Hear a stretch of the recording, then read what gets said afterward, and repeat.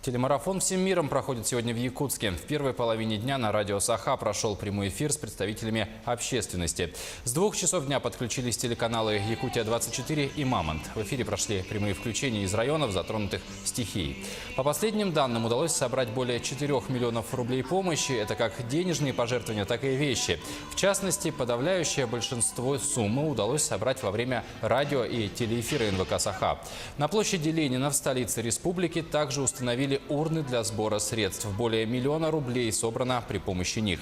Средства можно перечислить и на единый расчетный счет Государственного комитета по безопасности. Еще один способ оказать помощь – отправить СМС на номер 3434 со словом «паводок», пробел и сумма пожертвования. Таким способом удалось собрать более 70 тысяч рублей.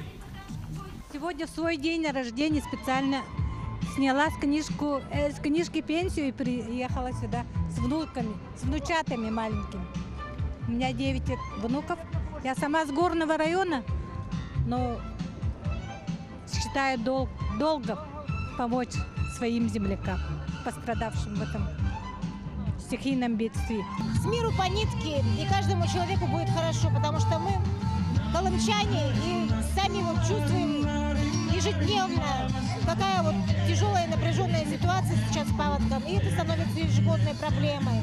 Поэтому мы хотим сказать: держитесь, колымчане, все будет хорошо.